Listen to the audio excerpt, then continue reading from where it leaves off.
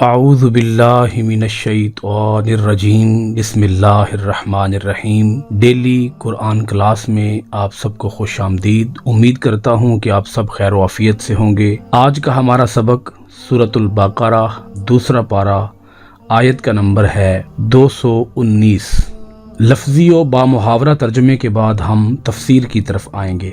یسألونک، وہ پوچھتے ہیں آپ سے، عن سے، الخمری شراب، والمیسری اور جوا، قل آپ فرما دیجئے، فیہما ان دونوں میں، اسم گناہ، کبیر بہت بڑا، واو اور منافع فائدے بھی ہیں، للناسی لوگوں کے لیے، واسمہما اور ان دونوں کا گناہ، اکبر بہت بڑا ہے، من نفعہما ان دونوں کے فائدے سے، ویسألونک اور وہ آپ سے پوچھتے ہیں، ماذا ینفقون کیا خرچ کریں، قل فرمائیے، العفو ضرورت سے زیادہ،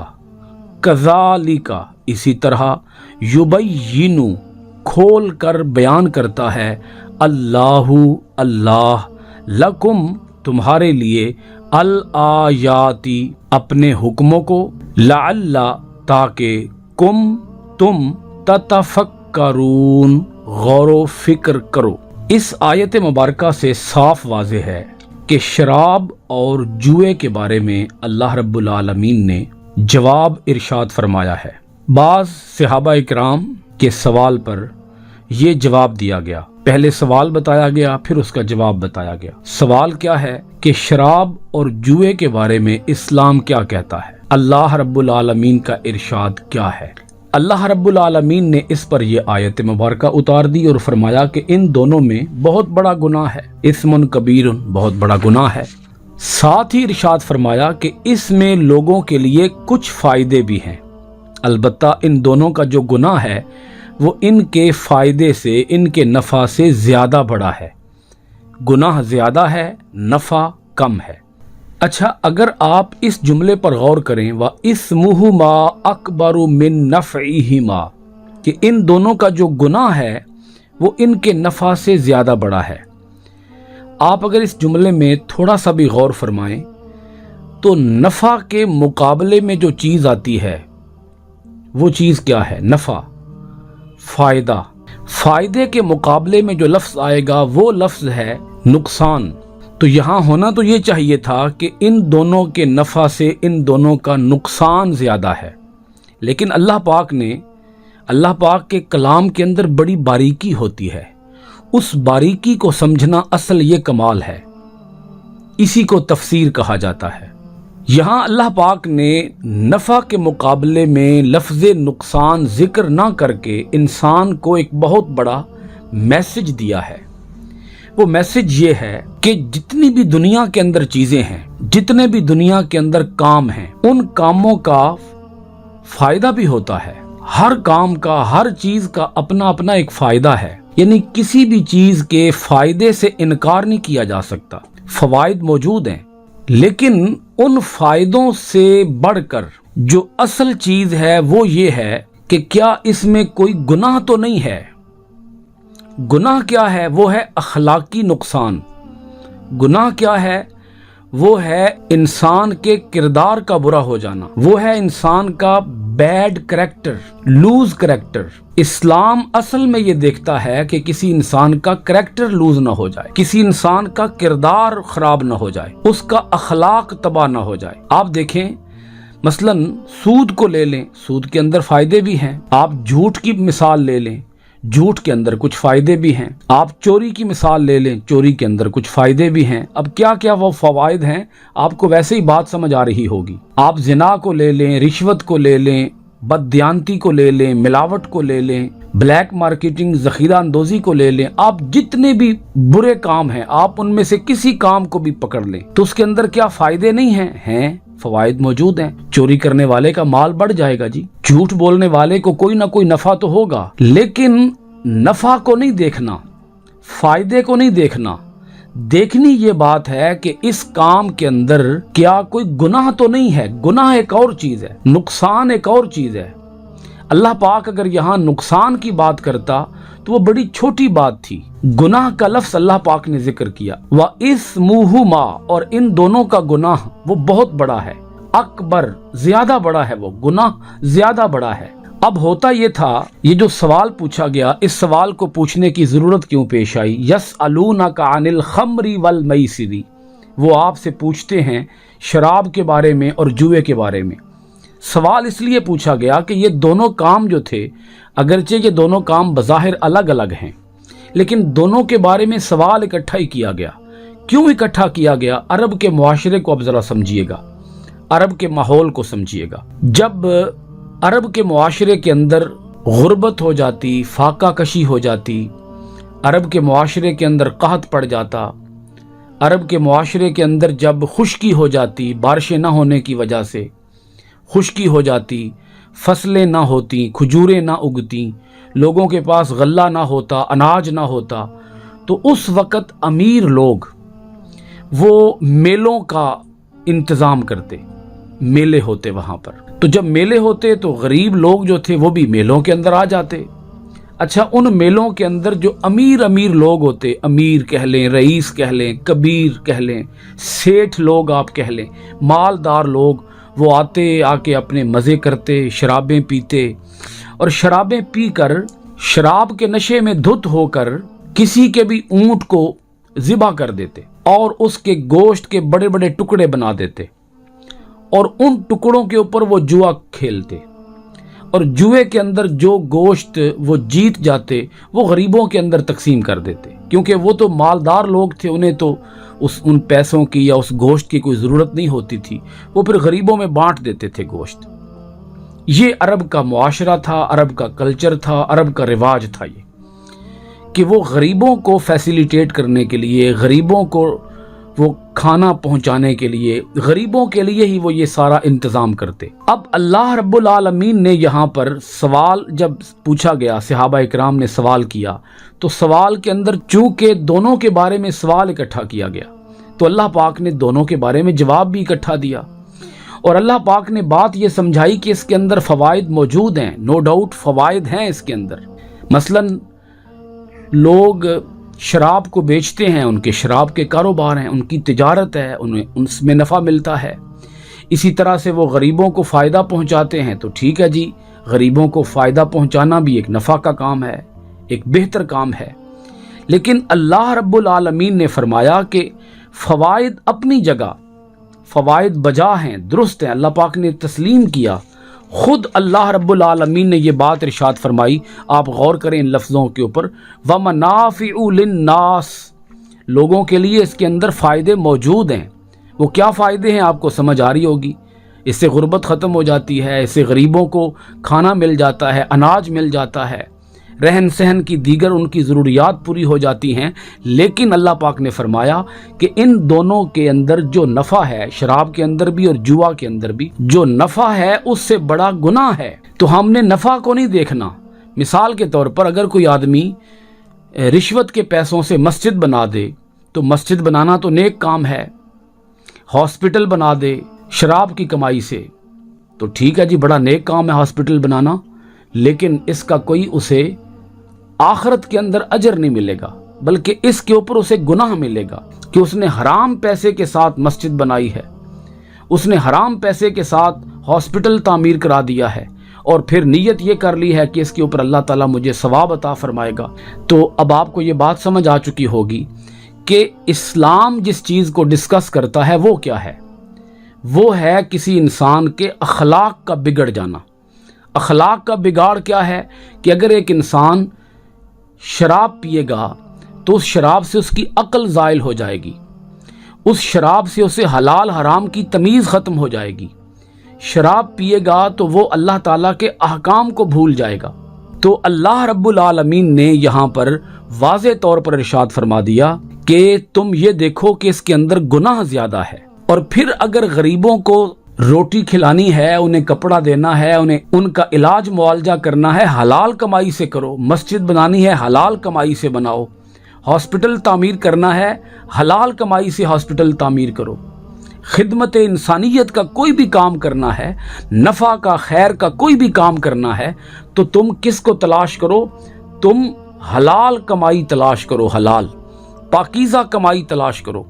اگر حرام کمائی کی اس بنیاد پر اجازت دے دی جائے کہ اس کے ساتھ وہ مسجد تعمیر کرے گا، تو یوں تو معاشرے کے اندر حرام کمائی کا چلن ہو جائے گا، حرام کمائی کا دروازہ کھل جائے گا۔ اللہ رب العالمین نے دو ٹوک انداز میں فرما دیا، وَإِثْمُهُمَا أَكْبَرُ مِن نَفْعِهِمَا۔ اب میں آپ کی خدمت میں شراب کے بارے میں کچھ مزید ڈیٹیل میں بات کرتا ہوں۔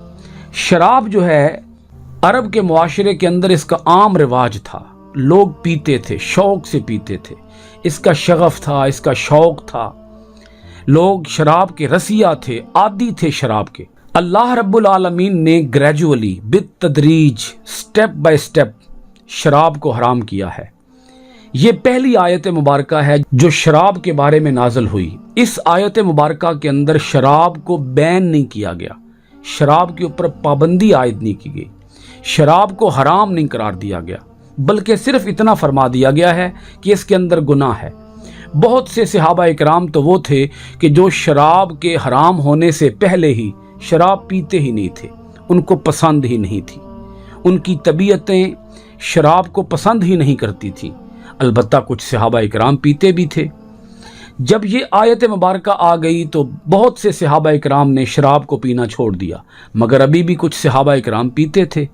کیوں پیتے تھے؟ کیونکہ اللہ پاک نے گناہ کا لفظ تو استعمال فرما دیا، لیکن منع بھی نہیں کیا، لوگوں کے لیے فائدے کی بات بھی کر دی ہے کہ اس کے اندر لوگوں کے لیے فائدے بھی ہیں۔ اللہ پاک نے یہ فرما دیا کہ اس کے اندر نفع ہے، لیکن وہ نفع کم ہے اور گناہ زیادہ ہے، مگر اس کے باوجود کچھ صحابہ اکرام پیتے تھے۔ حضرت عبد الرحمن بن عوف رضی اللہ تعالی عنہ نے بعض احباب کو بلایا اور انہیں شراب پیش کی۔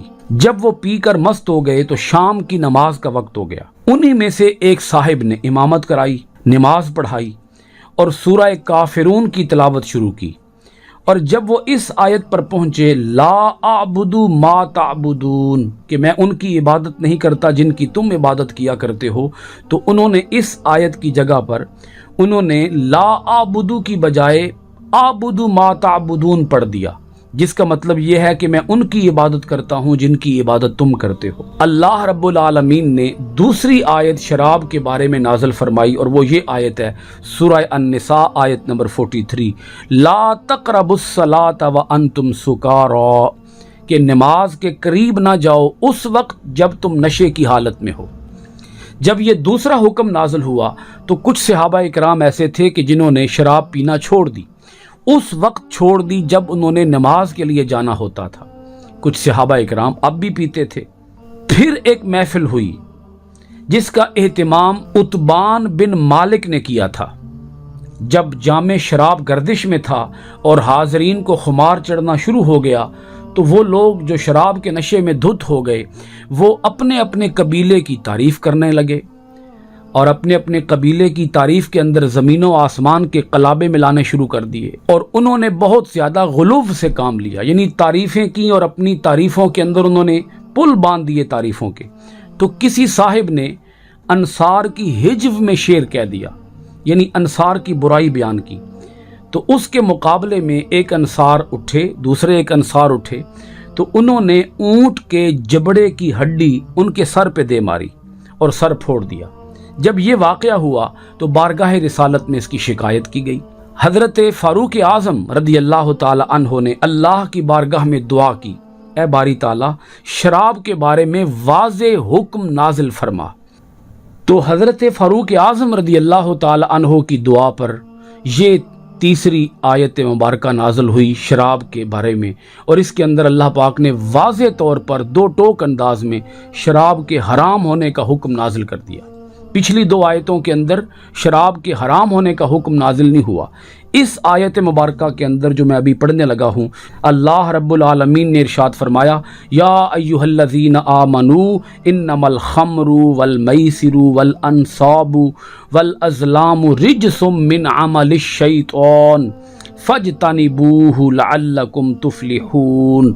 اللہ رب العالمین نے یہ سورۃ المائدہ کی آیت نازل فرما دی، اور شراب کے حرام ہونے کا یہ حکم نازل ہوا 3 ہجری میں غزوہ احزاب سے چند روز بعد شراب کو حرام کر دیا گیا۔ اب یہاں اس پہلو کو بھی سمجھیے گا، امریکہ کے اندر ایک مرتبہ قانون بنایا گیا، امریکہ کی پارلیمنٹ کے اندر اس بارے میں آئین سازی کی گئی کہ شراب کے اوپر بین لگایا جائے کہ امریکہ کے لوگ شراب نہیں پی سکتے۔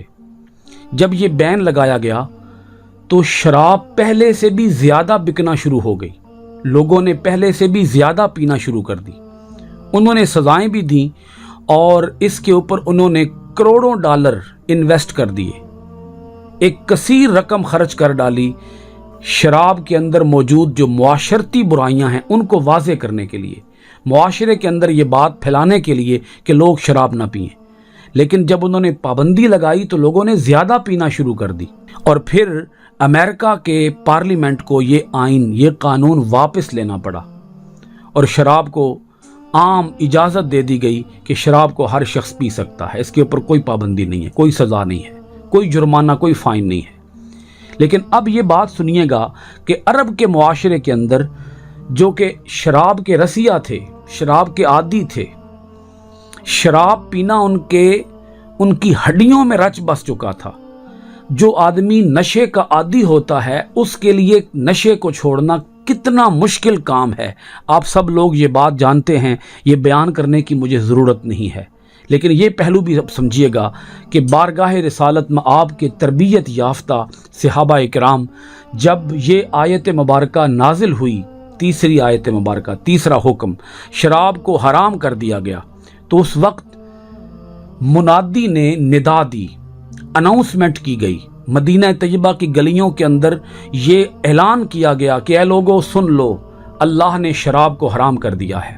جب یہ آیت مبارکہ نازل ہوئی تو جس کے ہاتھ میں جام تھا اس نے اسی وقت جام کو زمین پر دے مارا، جن کے گھر میں مٹکے پڑے تھے شرابوں کے انہوں نے مٹکے توڑ دیے، اور جس نے ایک گھونٹ بھر لیا تھا اور وہ گھونٹ اس کے ابھی منہ کے اندر تھا، اس نے حلق سے نیچے نہیں اترنے دیا، اسی وقت قے کر دی، الٹی کر دی، اور اس اپنے منہ کے اندر سے بھی شراب کو باہر نکال دیا۔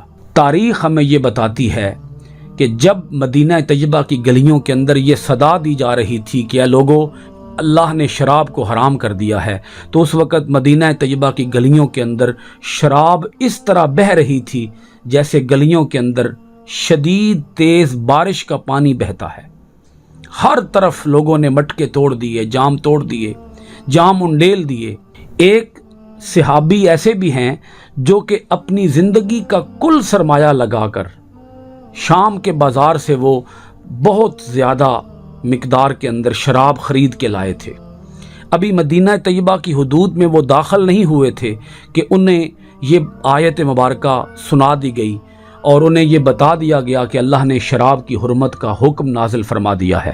تو انہیں جب یہ بات پتہ چلی، انہوں نے اسی جگہ پر ایک پہاڑی کے اوپر وہ ساری شراب اور شراب کے مٹکے رکھے اور بارگاہ رسالت میں آپ میں حاضر ہو گئے اور عرض کیا، یا رسول اللہ صلی اللہ علیہ وسلم، میرے بارے میں کیا حکم ہے، میں کیا کروں؟ کیا میں شراب بیچ سکتا ہوں؟ کیا میں شراب کی یہ تجارت کر سکتا ہوں؟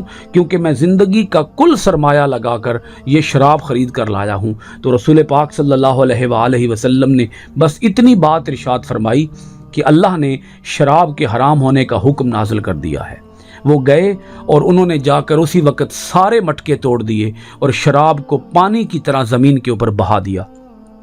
اس شراب کو انہوں نے بیچنا گوارا نہیں کیا، اپنی زندگی کا کل سرمایہ انہوں نے پانی کی طرح زمین کے اوپر بہا دیا کہ اللہ کے اس حکم کی تعمیل کر دی۔ ان سارے واقعات سے اور ان تاریخی مثالوں سے اور دور نبوی کے حضور نبی اکرم صلی اللہ علیہ وآلہ وسلم کے فیض یافتگان اور تربیت یافتگان سے جو بات ہمیں سمجھ میں آتی ہے وہ یہ ہے, صحابہ اکرام کی ज़िंदगियों से जो बात हमें समझ आती है वो ये कि अगर हम किसी भी मुआशरे के अंदर अगर किसी भी बुराई के ऊपर काबू पाना चाहते हैं तो उसके लिए ज़हन साजी की ज़रूरत है, उसके लिए तरबियत की ज़रूरत है, उसके लिए ट्रेनिंग की ज़रूरत है, उसके लिए इंसान के क़ल्ब शऊर की तालीम की ज़रूरत है, तत्हीर की ज़रूरत है।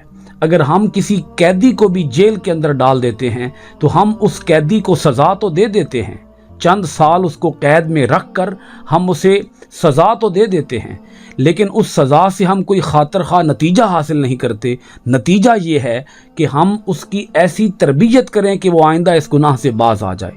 अगर हम भी अपने मुआशरे के अंदर, किसी भी दुनिया के किसी भी मुआशरे के अंदर, किसी भी सोसाइटी के अंदर, किसी भी इलाके के अंदर, वो पाकिस्तान हो या दुनिया का कोई भी और मुल्क हो, ख़ित्ता हो, कंट्री हो, अगर हम वहाँ किसी बुराई पर बैन लगाना चाहते हैं तो उसके लिए पहले तरबियत की ज़रूरत है। अगर तरबियत ना की जाए, जहन साजी ना की जाए तो जस्ट एक हुक्म नाजिल कर देने से, एक ऑर्डर नाजिल कर देने से या एक ऑर्डर जारी कर देने से उस बुराई के ऊपर काबू पाना नामुमकिन है। एक सहाबी का वाक़या है, हज़रत जाफ़र तैयार रदियल्लाहु ताला अन्हो।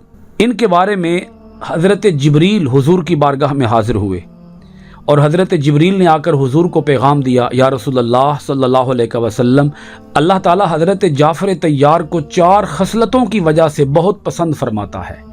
हज़रत जिब्रील ये पैगाम देकर वापस चले गए। नबी पाक अलैहिस्सलातु वस्सलाम ने हज़रत जाफ़र तैयार को बुलाया और बुलाकर पूछा कि जाफ़र, तेरे अंदर वो 4 खसलतें कौन सी हैं जिनको अल्लाह बहुत पसंद फरमाता है? अर्ज़ किया, पहली खसलत ये है, शराब के हराम होने के हुक्म के नाज़िल होने से पहले भी मैं शराब नहीं पीता था। दूसरा अर्ज़ किया, ए अल्लाह के रसूल, ज़माना जाहिलियत के अंदर भी मैंने कभी किसी बुत के आगे सजदा नहीं किया। तीसरी बात अर्ज़ की, ए अल्लाह के रसूल, मैंने ज़िंदगी के अंदर कभी ज़िना नहीं किया। चौथी खसलत अर्ज़ की, ए अल्लाह के रसूल, मैंने कभी झूठ नहीं बोला, क्योंकि इन सारे कामों से मुझे फितरी तौर पर नफ़रत थी, मैं इन 4 कामों को नापसंद करता था। अल्लाह ताला हम सब को शराब जैसी लानत से महफूज फरमाए और हमारे मुआशरे के अंदर ये चीज़ अल्लाह करे कि हमेशा हमेशा के लिए ख़त्म हो जाए। अब थोड़ी सी बात जुए की भी समझ लें। जुआ इस्लाम के अंदर हराम है। जुए की तारीफ़ क्या है? वैसे तो गुंजलक तारीफ़ें हैं, मैं उन मुश्किल अल्फाज से बचते हुए आसान सी एक तारीफ़ आपके सामने रखूँगा। ऐसा माल जिसका मालिक बनने पर इंसान को यकीन ना हो, माल के मालिक बनने या माल के मालिक ना बनने के दोनों इम्कानात मौजूद हों, यानी ये चांस भी हो कि मैं मालिक बन जाऊंगा, ये चांस भी हो कि मैं मालिक नहीं बनूंगा, इसको जुआ कहा जाता है। हमारे यहाँ इसकी कई एक मिसालें दी जा सकती हैं। कोई भी ऐसा खेल जिसके ऊपर शर्त लगा दी जाए और हार जीत के ऊपर कुछ पैसे रख लिए जाएं तो इसको जुआ कहा जाएगा। वो खा लूडो हो, खा क्रिकेट हो, खा बैडमिंटन हो, खा वो शतरंज हो, ताश हो, कैरम बोर्ड हो, कोई भी खेल हो, हत्ता कि कोई भी बात की जाए। मिसाल के तौर पर इतनी ही बात जो कि घरों के अंदर आम तौर पर की भी जाती है कि अगर मेरी बात दुरुस्त निकली तो तुम खाना खिलाओगे और अगर तुम्हारी बात सच निकली तो मैं खाना खिलाऊंगा, ये भी जुए की ही एक किस्म बनेगी। इसी तरह लॉटरी जुए की एक किस्म बनेगी। आजकल मोबाइल पर कंपनी को मैसेज करने पर एक मखसूस रकम कटती है और इस पर भी इनामात रखे जाते हैं, ये सब जुए में दाखिल हैं। अगर वैसे किसी को इनाम दिया जाए, उसने कुछ पैसे नहीं दिए हुए, बगैर पैसों के उसके लिए कुछ इनाम दिया जाए तो उस इनाम को जुए में शामिल नहीं किया जा सकता। तो हमें बहुत ज़्यादा मोहतात रहना चाहिए। जुए के ऊपर क्यों पाबंदी लगाई गई, क्यों बैन किया गया, इसको क्यों हराम करार दिया गया हमारे दीन के अंदर कि एक शख्स हो सकता है कि वो बग़ैर मेहनत किए रातों रात अमीर हो जाए और हो सकता है कि एक शख्स रातों रात फ़कीर बन जाए, और अगर वो फ़कीर बन जाएगा और वो मुफलिस हो जाएगा तो ऐसी सूरत में उसका ख़ानदान डूबेगा, उसके घर को नुकसान पहुंचेगा, उसकी बीवी, उसके अहलो अयाल, उनको नुकसान होगा। तो इसकी कई एक बुराइयां हैं। आप समझ सकते हैं कि इसके अंदर जिस भी मामले के अंदर किसी एक शख्स का नुकसान हो और एक शख्स का नफ़ा हो, और बिल्कुल वाज़े हो कि एक का नुकसान होना है और एक को नफ़ा होना है, तो ऐसी सूरत को क्या कहा जाएगा? जुआ कहा जाएगा। हमारे यहाँ बाज़ मुसलमान लोग भी क्रिकेट के ऊपर शर्तें लगा के बैठ जाते हैं, और हत्ता कि एक एक ओवर के ऊपर शर्तें लगा के बैठ जाते हैं, एक एक बाल के ऊपर शर्तें लगा के बैठ जाते हैं। तो ये सारा कुछ जुए के अंदर शामिल है। जो शख्स जुआ खेलता है उसका अल्लाह ताला की ज़ात के ऊपर एतमाद ख़त्म हो जाता है, तवक्कुल ख़त्म हो जाता है, और वो मेहनत से घबराता है, वो मेहनत की तरफ कभी भी नहीं आएगा। अब इसी आयत मुबारका के अंदर एक और बात भी फरमाई गई, वयसअलूनका माज़ा युनफिकून, वो पूछते हैं आपसे कि क्या खर्च करें। कुलिल अफ़्व, आप फरमा दीजिए जितना तुम्हारे पास ज़रूरत से ज़ायद माल हो उसे अल्लाह की राह में खर्च कर दिया करो। ये सवाल क्यों पूछा गया? ये इसलिए पूछा गया कि हम अल्लाह की राह में क्या खर्च करें। अब इस लफ्ज़ अफ़्व का माना समझ लीजिए। अफ़्व का माना है ज़रूरत से ज़ायद माल। बाज़ उलमा का कहना है कि ये आयत मुबारका का ये टुकड़ा ज़कात के फ़र्ज़ होने से पहले नाज़िल हुआ और ये मनसूख हो गया। ज़कात के फ़र्ज़ होने पर यह हिस्सा मनसूख हो गया। लेकिन अगर गौर किया जाए तो चूँकि आयत मुबारका के अंदर नफली सदका की बात की जा रही है, तो नफली सदका मनसूख तो नहीं हो सकता, वो तो हर दौर के अंदर जायज़ है, आज भी दिया जा सकता है। इसके ऊपर बड़ी फजीलत बयान की गई है, इसके ऊपर बड़ा सवाब बयान किया गया है। और हदीस पाक के अंदर आता है कि सदका बलाओं को टालता है, मुसीबतों को दूर करता है, सख्तियों से बचाता है। अल्लाह रब्बुल आलमीन ने यहाँ जो अफ़्व लफ्ज़ फरमाया है ये भी बड़ा काबिल गौर है कि ज़रूरत से ज़ायद माल अल्लाह की राह में खर्च किया करो। अगरचे ये फ़र्ज़ तो नहीं है, ये कोई जबर नहीं है, ये कोई पाबंदी नहीं लगाई गई। नबी अकरम सल्लल्लाहु अलैहि वसल्लम ने अपनी पूरी हयात मुबारका के अंदर कभी भी जबर के ज़रिए लोगों से सदका नहीं लिया। जबर के ज़रिए बाउंड करके, मजबूर करके, प्रेशर डाल के उनसे कभी कोई ज़ायद पैसे वसूल नहीं किए। अपनी मर्ज़ी है, अपनी चॉइस है, कोई देना चाहता है तो सवाब का काम है ये। लेकिन हमारे यहाँ जो हुकूमतें हैं, आपको पता है कि ये जबरी तौर पर लोगों से टैक्स वसूल करती हैं। ये जो जबरी टैक्स है इसके बारे में भी हमारी हुकूमतों को सोचना चाहिए। हमारे जो इकोनॉमिक सिस्टम के माहिरीन हैं उनको सोचना चाहिए कि जब इस्लाम के अंदर जबर के ज़रिए लोगों से पैसे नहीं लिए जा सकते तो फिर हम टैक्स किस तरह से लोगों से जबर के ज़रिए से वसूल करते हैं। इसके अंदर एक अहम पहलू ये भी है कि ज़रूरत से ज़ायद खर्च करना इस्लाम के अंदर फ़र्ज़ करार नहीं दिया गया। अगर फ़र्ज़ करार दिया जाए तो फिर इस्लाम के अंदर ज़कात का हुक्म क्यों है? फिर इस्लाम के अंदर वरासत के अहकाम क्यों हैं? इस्लाम के अंदर वरासत के अहकाम बयान किए गए कि अगर तुम्हारा इंतकाल होता है और तुम अपनी जायदाद, अपनी प्रॉपर्टी, अपनी ज़मीन, अपना मकान छोड़ के जाते हो तो उसकी तकसीम कैसे होगी? तो अल्लाह रब्बुल आलमीन ने माल जोड़ने से भी मना नहीं फरमाया, माल जमा करने से भी मना नहीं फरमाया। अलबत्ता ये अल्लाह ताला के यहाँ बड़ी पसंदीदा बात है कि अगर कोई शख्स अपनी ज़रूरत से ज़ायद रकम को अल्लाह की राह में ख़र्च करे। अल्लाह पाक ने ये 3 अहकाम इस आयत मुबारका के अंदर नाजिल फरमाए, एक शराब के बारे में, एक जुए के बारे में, और एक जो इंसान के पास माल होता है उस माल को अल्लाह की राह में ख़र्च करने के बारे में। और यहाँ अगर आप जुए और शराब के साथ इस अल्लाह की राह में माल खर्च करने को, इसका रब्त देखना चाहें कि यहाँ रब्त क्या है, मुताबिकत क्या है शराब, जुए में और राह खुदा में ख़र्च करने में, तो वो मुताबिकत आपको समझ आ सकती है उस शान नुज़ूल से जो मैं आज के इस लेक्चर के शुरू में बयान कर चुका हूँ।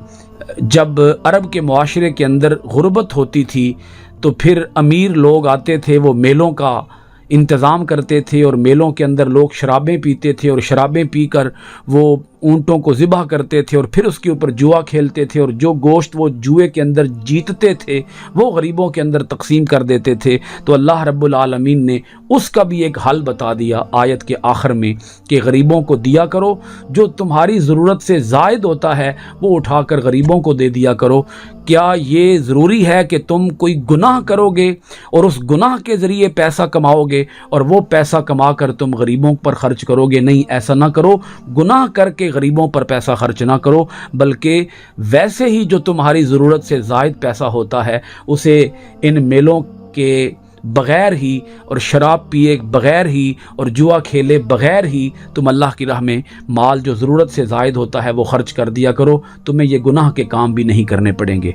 आज हमें भी सोचना चाहिए, हमारे मुआशरे के अंदर बसा औक़ात म्यूज़िक के बड़े बड़े थिएटर होते हैं, बड़े बड़े मेले होते हैं, और बाज़ हमारे जो गुलूकार हैं, अदाकार हैं, वो बसा औक़ात ये भी कहते हुए सुनाई देते हैं, जी हम तो बड़ा नेक काम करते हैं। हम अपनी इस फंक्शन से, अपने इस म्यूज़िक के मेले से हम जो पैसे कमाते हैं, हम वो पैसे हॉस्पिटल बनाने में ख़र्च करते हैं, हम गरीबों की मदद करने में ख़र्च करते हैं। तो ये आयत मुबारका उनके ज़मीरों को झंझोड़ने के लिए काफ़ी है कि गुनाह के काम करके गरीबों की खिदमत ना करो, नेकी के काम करके गरीबों की खिदमत करो। और अल्लाह पाक ने जो आयत के आखिर में लफ्ज़ फरमा दिया है, अल्लाह पाक ने अखीर कर दी है, कज़ालिका युबय्यिनुल्लाहु लकुमुल आयाति लअल्लकुम ततफक्करून। अल्लाह ताला इसी तरह अपने अहकाम को खोल खोल कर बयान करता है ताकि तुम इस अक़ल से कुछ सोचो भी तो सही ना कि हमें क्या करना चाहिए और हम क्या कर रहे हैं।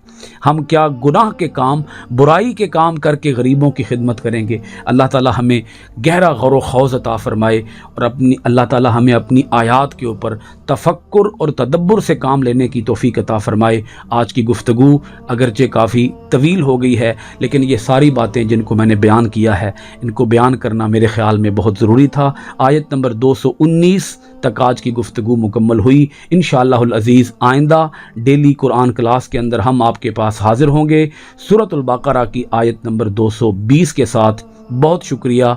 अस्सलामु अलैकुम व रहमतुल्लाहि व बरकातुहू।